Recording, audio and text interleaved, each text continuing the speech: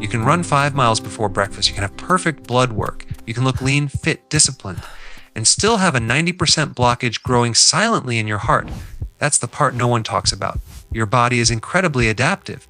It will compensate, it will reroute, it will stretch, it will mask the problem right up until the exact second it can't anymore. And that's why, for nearly half of men, the first symptom of heart disease isn't chest pain, it's sudden death. Let's break this down in a simple way. Your heart is a muscle, and like every muscle, it needs oxygen. But unlike your biceps or your legs, your heart never gets a break. It beats 100,000 times a day. It has one job: pump blood.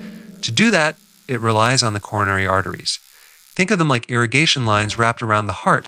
If one of those lines gets blocked, the area it feeds starts to die. There are two main coronary arteries: the right coronary artery and the left coronary artery. The left one splits into a very important branch called the left anterior descending artery, the LADE. In emergency medicine, this artery has a nickname, the Widowmaker. Why? Because it feeds the front wall of the left ventricle, the main pumping chamber of the heart. If that vessel gets suddenly blocked, the heart can't pump blood to the body, and things collapse fast. Now here's where people get confused. They imagine heart disease like a clogged kitchen sink. The pipe slowly narrows, water drains slower. Eventually it stops. So logically, you'd think you would feel it happening: shortness of breath, chest pressure, fatigue. But biologically, that's not how it works. Inside your arteries is a delicate lining called the endothelium. It's supposed to be smooth like Teflon. Blood cells glide across it effortlessly. But over years, and I mean decades, that lining gets damaged. High blood sugar, high blood pressure, smoking, chronic stress, inflammation, even repeated mechanical stress from intense endurance training over long periods can create microscopic injury. When that inner lining gets scratched, your body tries to repair it. It sends LDL cholesterol to patch the damage. That's not evil. That's a repair mechanism. But if the environment is inflammatory, white blood cells show up. They consume the cholesterol. They turn into foam cells. Calcium gets involved. Debris accumulates. And now you have plaque. This process is called atherosclerosis. But here's the dangerous part. As plaque builds inside the artery wall, the artery doesn't immediately narrow inward. Instead, it expands outward. This is called positive remodeling. The vessel stretches to preserve blood flow, so you can have significant plaque buildup, yet the channel where blood flows remains wide open. You feel fine. You can run a 10K. You can lift weights. You can have blood is still moving. This silent adaptation is why heart disease is so deceptive. The real danger isn't the slow narrowing, it's instability. Imagine plaque like a blister under thin skin. That thin cap is holding back a soft, inflamed core. If you get a sudden spike in blood pressure, if you push into extreme exertion, if stress hormones surge, that thin cap can rupture. When plaque ruptures, the body reacts instantly.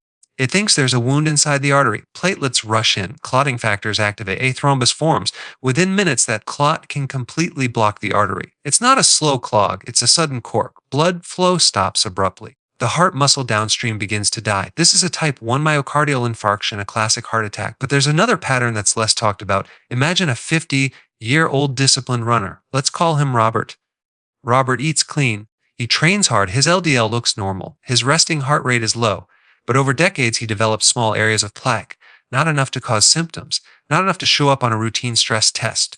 Then one day, during an intense race, his heart demands more oxygen than ever before. His coronary arteries are partially stiff from years of low-grade inflammation. They can't dilate properly. Oxygen demand exceeds supply. There's no rupture, no massive clot, just a mismatch between supply and demand. That's a type 2 myocardial infarction. The heart muscle becomes ischemic because it simply can't get enough oxygen during extreme stress. And the scary part, both of these events can happen in someone who looks healthy, because appearance is not arterial health. You cannot outrun decades of metabolic stress. You cannot feel plaque building. You cannot rely on symptoms as your warning system. Robert is in the middle of a race. He's not feeling crushing chest pain. He's not grabbing his chest and collapsing like you see in the movies. He just feels off. His energy suddenly drops. He feels lightheaded, a little nauseous. He assumes he's dehydrated, maybe low electrolytes, maybe he pushed too hard, but something deeper is happening. When he gets to the hospital, the doctors run blood work, and they find a protein called troponin. Troponin is like the liquid inside a glow stick. As long as the casing is intact, the liquid stays contained. But once you snap it, that liquid leaks out. Heart muscle cells are packed with troponin. When those cells are injured or die, they rupture, and troponin spills into the bloodstream. If troponin is elevated, heart muscle has been damaged. Period. Robert is having a heart attack. But here's the shocking part: when they look at his coronary arteries, there's no 100% blockage. There's no fully corked vessel. They find a 50% blockage. So how do you have a heart attack when blood is still flowing? This is where we have to understand supply and demand. If you're sitting on the couch watching TV, a 5% blockage may not matter. The artery is partially narrowed, yes, but your heart's oxygen demand is low. The reduced flow is still enough. It's like watering your lawn with a slightly crimped hose. The grass still gets watered, but during a race, when your heart rate hits 170 beats per minute, everything changes. Now your heart needs a fire hose worth of oxygen-rich blood, but that crimped artery can only deliver a garden hose amount. Demand exceeds supply. And when the heart muscle doesn't get enough oxygen, it begins to suffocate. That condition is called ischemia. If it lasts long enough, cells die. That's a heart attack. Now in Robert's case, there was another layer to this. He had atrial fibrillation. AFib, your heart runs on an electrical system. Normally the top chambers contract in a coordinated way, pushing blood into the bottom chambers. Then the bottom chambers squeeze and pump blood to the body. It's synchronized, efficient, precise. In AFib, the top chambers stop contracting normally and begin to quiver. The rhythm becomes chaotic. This creates two major problems. First, the heart often beats much faster than normal. Second, it doesn't fill properly between beats. So now combine a partially blocked artery with a rapid, irregular heartbeat. You've created the perfect storm. The heart is beating so fast it barely has time to fill with blood. And at the same time, the narrowed artery can't deliver enough oxygen to match the increased workload. That mismatch triggers injury. Now let's talk about something very important, the 70% threshold. Generally speaking, most people do not feel classic chest pain until an artery is about 70% blocked. Below that, the body compensates. Above that, you might start to notice something when you exert yourself, tightness in the chest when walking uphill, discomfort that disappears when you rest. That's called stable angina. Think of it as your body's check engine light. But here's the dangerous reality. Most heart attacks occur in people with less than 50% blockage. Why? Because smaller, softer plaques are often more unstable. Large plaques that build slowly tend to harden and become more stable. Soft plaques filled with inflammatory material are more likely to rupture. And when they rupture, clot formation can happen within minutes. So you can't rely on symptoms alone. Now here's the good news. Your heart has a good backup system called collateral circulation. Imagine your main coronary arteries as highways. If there's traffic for years, your body gradually builds side roads to bypass the jam. These collateral vessels can supply blood around a blockage. That's one reason why sometimes a 70-year-old survives a heart attack that would be fatal in a 40-year-old. The older heart may have had time to develop those detours. In a younger person, a sudden rupture shuts down the highway, and there are no alternate routes. This is one of the reasons why consistent aerobic exercise is powerful. Zone 2 training, interval training, these stimulate blood vessel growth. They improve endothelial function. They encourage collateral development. Exercise doesn't just strengthen the heart muscle, it strengthens the plumbing. But here's something we say in emergency medicine: time is muscle. After about 20 minutes of complete blockage, irreversible damage begins. At 90 minutes, heart tissue starts turning into scar tissue.